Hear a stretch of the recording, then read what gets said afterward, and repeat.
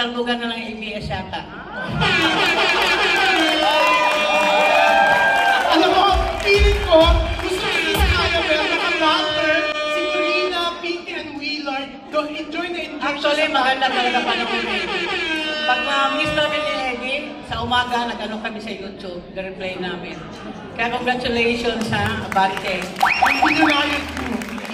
Payaman na kayong payaman, pasaya kayong pasaya. Dapat si Tita Annabelle ang may show sa Bilyonaryo. Tinan mo naman. Tinan mo naman dati, di ba? Pang Bilyonaryo talaga. Actually, ano yan, pang regular na party lang yan. Kaya nga, pang everyday. First time niya sa Westin, hindi niya alam ang Westin na ang sosyal. Di ba? Nagulat siya pagpasok niya sa baba. First time ko dito, maganda pala. Di ba? Tapos lalo na dito sa ballroom, na-shock siya. Ang yaman ng Abante. Mayaman talaga. Kanina nagtanong sa akin, magkano ang honorarium ko ngayon? Kaya, biglang parang hindi nakikinig si Sir. Maraming salamat sa Abante ha.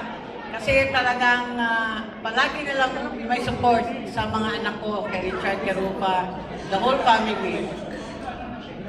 Shake, Rattle, and Rosa, December 25 pala. Ayan po. Thank you December very much. 25. Ayan.